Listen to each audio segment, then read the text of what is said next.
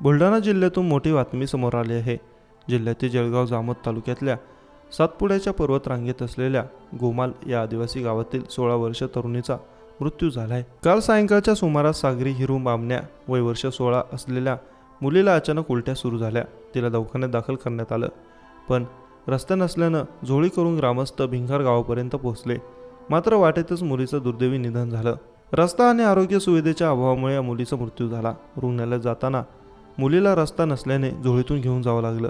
त्याशिवाय तिच्या मृत्यूनंतरही तिला झोळीतूनच घरी आणावं लागल्याची दुर्दैवी घटना घडली आहे। गतिमान सरकार म्हणून ओळख सांगणाऱ्या महाराष्ट्र सरकारच्या तोंडाला काळिमा फासणारी घटना शनिवारी बुलढाणा जिल्ह्यामधील जळगाव जामोद तालुक्यातील गोमाल या आदिवासी गावांमध्ये घडली। या गावातील 16 वर्षीय तरुणीचा उपचाराअभावी वाटेतच निधन झालं। सरकार सांगते की लाडक्या बहिणींसाठी सर्व सुख सुविधा योजना यांची अंमलबजावणी करत आहोत, परंतु याच लाडक्या बहिणीचा उपचार ती राहत असलेल्या त्या गावामध्ये होऊ शकला नाही। त्या गावामध्ये कोणत्याही प्रकारची प्राथमिक आरोग्य यंत्रणा सुद्धा नाही। एवढंच नाही तर गावापासून शहराच्या ठिकाणी घेऊन जायला पक्के रस्ते देखील नाहीत। अशा अवस्थेत या लाडक्या बहिणीला त्या ग्रामस्थांनी झोळीमधून घेऊन जाण्याचा प्रयत्न केला।